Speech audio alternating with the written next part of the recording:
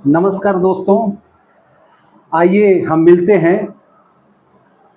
जो एक लंबा आंदोलन करीब 3 बार से जन चेतना अभियान के तौर पे चलाने वाले हमारे बीच में उपस्थित हैं राम किशोर वर्मा, जो कि हम जानते हैं कि फतेहपुर में किसान मजदूर युवा शक्ति नामक संगठन के बैनर तले लगभग 3 बार जन चेतना अभियान चल चुका है।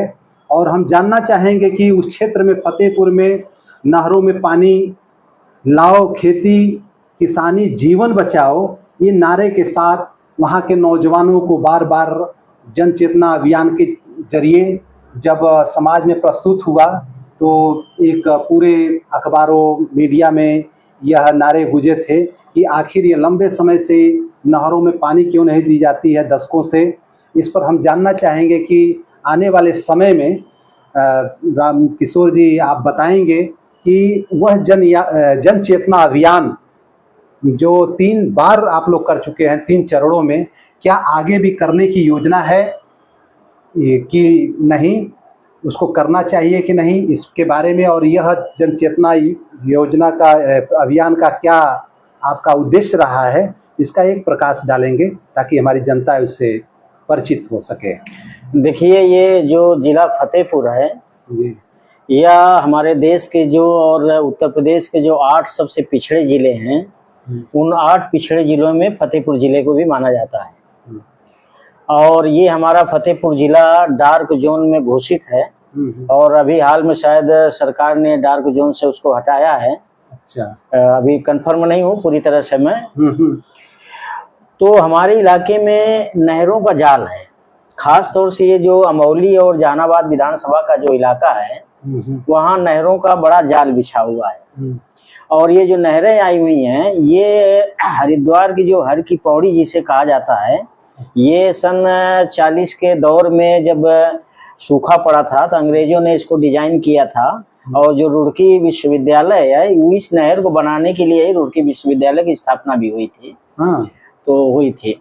तो ये नहर वहां से चलती है और ये आकर के अलीगढ़ में 2 भागों में विभाजित हो जाती है। एक चली जाती है आगरा साइड और अलीगढ़ साइड जाती है और एक दूसरी आती है कानपुर साइड। तो हमारी जो कानपुर साइड आती है उसको जो है निचली गंगा नहर के नाम से जाना जाता है। तो इन नहरों में लगभग जो है सन 90 से पानी नहीं आ रहा है। जो अगर कभी कभार आ भी गया तो उसके अंतिम छोर तक नहीं आता है और उस पानी का अब इतना पानी आता ही नहीं कि उसका कोई उपयोग हो। नहरें एकदम से पूरी पट गई हैं, नहरें जंगल बन गई हैं और रास्ते बन गए हैं। लोगों का एकदम नहरों से बम्बों से एक तरह से दिमाग हट गया है, उस लेवल पर नहीं बचा है। तो हम लोगों ने एक नारा दिया है किसान मजदूर युवा शक्ति संगठन ने कि नहरों बम्बों में पानी लाओ, खेत खेती जीवन बचाओ। इस नारे के को केंद्र में करके हम लगातार उस इलाके के अंदर आंदोलन चल रहा है और जन चेतना अभियान चल रहा है। उस जन चेतना अभियान के तहत इलाके की जनता को हम ये जो नहरों बम्बों में पानी लाओ, खेत खेती जीवन बचाओ, इसके इर्द गिर्द जो है किसानों मजदूरों को हम लोग खड़ा करना चाह रहे हैं, उस इलाके के लोगों को। इसके लिए हमने उस इलाके के अंदर संगठन की तरफ से कई चरण हमने पूरे किए, 3 चरण हमने पूरे किए हैं। एक चरण के तहत हमने इलाके के अंदर लगभग 50 किलोमीटर की लंबी यात्रा हमने किया, पैदल यात्रा किया। एक पाड़ेपुर नहर कोठी से लेकर के जो है जहानाबाद नहर कोठी तक पूरी यात्रा चली हमारी जो है, और उसमें बड़ी तादाद में नौजवानों ने और सब लोगों ने शिरकत किया। तो ये हमारे संगठन का एक प्रयास है कि उस इलाके के अंदर जो वाटर लेवल लगातार नीचे जा रहा है, पहले हमारे इलाके में माने कुएं से पानी होता था, कुएं सब सूख गए। फिर सरकारी इंडिया मार्क का हैंडपंप लगे, वो भी इंडिया मार्क का हैंडपंप खत्म हो गए और नहरों में पानी आता ही नहीं है। फिर जो ट्यूबवेल वाले हमारे इलाके में लगे हुए थे, पटापुली वाले, तो वो पटापुली वाले ट्यूबवेल खत्म हो गए। अब हमारे यहाँ सीधे सीधे स्टेट ट्यूबवेल लगता है जो कई 100 फुट नीचे गहराई में जाकर के ट्यूबवेल लगता है और वो लगभग 10 लाख रुपए की उसमें लागत आती है। तब कोई किसान ट्यूबवेल लगवा सकता है, नहीं लगवाएगा। और जब डार्क जोन उसको डिक्लेयर कर दिया जाता है तो किसान उस ट्यूबवेल भी नहीं लगवा सकते हैं, सरकार बैन कर देती है। यहाँ जो है कि माने कोई भी जो है जल का दोहन नहीं किया जा सकता, रोक दिया जाता है। कभी कभार उसको खोलते हैं, ट्यूबवेल वगैरह की मरम्मत हो जाए या जो कुछ भी हो जाए, तो हैंडपंप भी करते। अब तो किसान केवल और केवल जो है गांव में पानी पीने के लिए समरसेबल जब लोग लगवाते हैं 2-3 फीट गहराई पर, तब पानी पीने के लिए मिल रहा है और लगातार वाटर लेवल नीचे जा रहा है। और उसका परिणाम ये हुआ कि हमारे इलाके के अंदर पेड़ों पर, पर्यावरण पर बहुत इसका गहरा असर पड़ा है। अब जो है पेड़ वगैरह कुछ दिनों के बाद सूख जाते हैं, क्योंकि केवल और केवल जो है बरसात के पानी पर हम निर्भर हो गए हैं वहां पर जाकर। और परिस्थितियां ये बन गई हैं कि अगर वाटर लेवल इसी तरह से नीचे जाता रहेगा तो फिर आने वाले दिनों में वहां पर पर्यावरण खत्म हो जाएगा, पेड़ पौधे खत्म होंगे, और जब पानी नहीं बचेगा, पीने तक की नौबत आ जाएगा, तो फिर खेती कहाँ से होगी? जब खेती नहीं होगी, पानी पीने तक की मुसीबत आ जाएगी, तो वहां से बड़े पैमाने पर पलायन होगा, लोग भागेंगे, जमीनें छोड़ेंगे, जमीनें बंजर होंगे और कोई कारपोरेट वाले आएंगे इन स्थितियों में। फिर वही होगा कि जब यहाँ किसान रहते ही नहीं है, कुछ होता नहीं, तो कोई कारपोरेट आएगा और कहने लगेगा, सरकार भी रुचि ले लेगी कि इससे बेहतर है कि सब जमीनें कारपोरेट को दे दिया जाए, इस तरफ रुझान बढ़ेंगे। तो ये हमारा आंदोलन लगातार उस इलाके के अंदर एक कोशिश कर रहे हैं हम लोग कि जनता के अंदर एक चेतना हम लोग विकसित कर सकें कि अपनी खेती किसानी को बचाने के लिए, अपने जीवन को बचाने के लिए ये जन चेतना अभियान के तहत हम लोगों की कोशिश है। इसी कोशिश के तहत जो हमने 3 चरण पूरे किए हैं जन चेतना अभियान के, नहरों बम बम पानी लाओ, खेत खेती जीवन बचाओ नारे के साथ, चौथा चरण हमारा ये शुरू होने जा रहा है।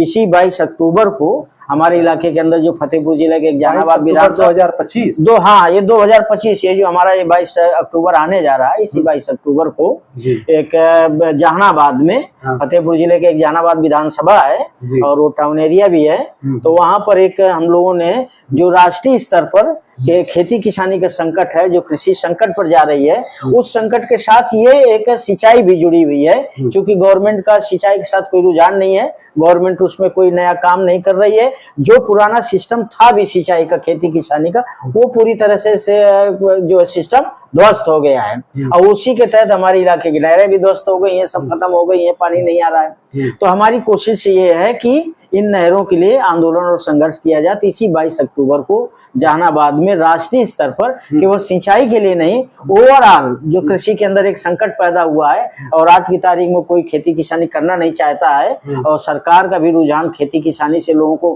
हटाने में लगा हुआ है कि खेती किसानी को कैसे चौपट किया जाए, कैसे बर्बाद किया जाए, इस दिशा में सरकार भी प्रयासरत है। तो हम लोग कोशिश ये है कि एक कृषि संकट पर एक गोष्ठी का आयोजन किया गया है 22 अक्टूबर को, जिसमें अभी हमने एक आमंत्रण भेजा है। जो अम्बेडकर विश्वविद्यालय दिल्ली के प्रोफेसर हैं गोपाल प्रधान जी, उनको हमने इनविटेशन भेजा है और उम्मीद है कि वो उसमें शिरकत करेंगे। और अन्य लोगों को भी हमने इनवाइट किया है उसमें, उसको संबोधित करने के लिए। तो इसके लिए हमारी तैयारी चल रही है कि क्षेत्र के अंदर जो है बड़ी संख्या में उस गोष्ठी में भाग लेने के लिए हमारे संगठन की तरफ से लगातार प्रयास हो रहा है कि उसमें कई सौ की तादाद में लोग शिरकत करें। और फिर उसी दिन उसी गोष्ठी से हमारे संगठन की तरफ से जो है एक वहां से लगभग 3 किलोमीटर दूर जो है ये नहर विभाग का गोकुलपुर नहर कोठी है, तो वहां तक एक पैदल मार्च भी किया जाएगा जो जहानाबाद के कस्बे के अंदर से होते हुए वहां तक हम लोग पहुंचेंगे और वहां पर हम समापन करेंगे। और इसके बाद फिर हम जो है फरवरी वगैरह में फिर एक किसी बड़े कार्यक्रम की हम लोग भविष्य में अपने संगठन में बैठ करके निर्णय लेंगे और बताएंगे, फिर उसमें कोई योजना की घोषणा करेंगे।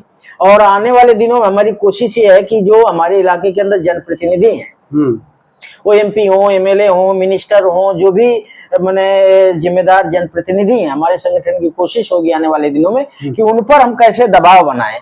बिल्कुल, उन पर हम दबाव ये बनाना चाहते हैं कि अगर हमारे वो प्रतिनिधि हैं, एमएलए हैं, एमपी हो, किसी भी दल से हो, कुछ भी हो, तो हम तो एक मान लीजिए क्षेत्रीय जनता की तरफ से ये नहरों पर का सवाल उठा रहे हैं, मुद्दा है क्षेत्रीय जनता का, तो वो सदन के अंदर इस बात को उठाएं। इसके लिए हम अपने संगठन की तरफ से उन पर दबाव बनाने के आने वाले दिनों में कोशिश करेंगे कि आप इसको सदन में उठाइए, पार्लियामेंट के अंदर उठाइए, विधानसभा के अंदर उठाइए और सरकार इसके प्रति जवाबदेह बने और इलाके के अंदर इन नहरों में पानी है, ये हमारे आंदोलन का ये हिस्सा है। इसके लिए हम लगातार कोशिश कर रहे हैं। इसी कोशिश के तहत मैंने जो है इसी 22 अक्टूबर को जहानाबाद में एक कार्यक्रम का आयोजन किया जा रहा है और क्षेत्र की जनता, जो हमारे जहानाबाद विधानसभा की जनता है और अमोली ब्लॉक की जो जनता है, हम बड़े पैमाने पर हमारा संगठन इस काम में लगा हुआ है कि तमाम किसानों, मजदूरों को, नौजवानों को हम उसमें आमंत्रित कर रहे हैं और बड़ी संख्या में हम लोगों को आमंत्रित करके उसमें शिरकत कराएंगे और गोष्ठी में लोग भाग लेंगे और जो है उस पद यात्रा में भी लोग शिरकत करेंगे। यही कार्यक्रम है हमारा फिलहाल।